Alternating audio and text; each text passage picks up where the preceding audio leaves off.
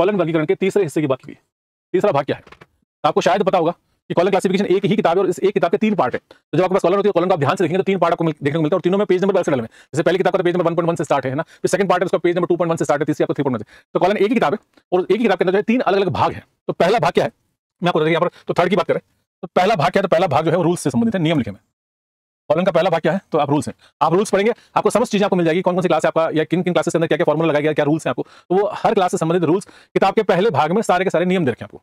ठीक है, जितने भी आपको सब डिविजन्स की बात करेंगे या आप कॉमन आइसोलेट्स की बात करेंगे, ये किताब के पहले भाग में अलग-अलग चैप्टर्स मिलेंगे, जैसे टाइम का चैप्टर मिल जाएगा आपको, है ना, आपको लैंग्वेज का चैप्टर मिल जाएगा आपको, उसके अंदर स्पेस की टेबल मिल जाएगी। तो ये सब कुछ किताब के पहले रूल्स हैं आपको किताब के पहले भाग में। देन उसके बाद सेकंड भाग में आपको उसका शेड्यूल का आपको क्या मिलेगा, शेड्यूल। तो ये पार्ट, ये पहला भाग है, इसको P1 कह सकते हैं, पार्ट 1 है। ये आपका पार्ट 2 है।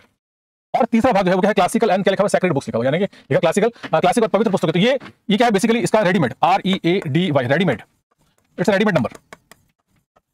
क्या है आप ये? तो दीज आर रेडीमेड नंबर, ये बने बने नंबर जो है वो आपको देखने को मिलेंगे। और कहां आपको मिलेंगे? तो तीसरे हिस्से में रंगनाथन ने जितनी भी क्लासिकल और सैक्रेड बुक्स हैं, पवित्र किताबें हैं, ग्रंथ हैं, उन सबके बने बने नंबर ऑलरेडी जो है वहां पर दे रखे हैं आपको।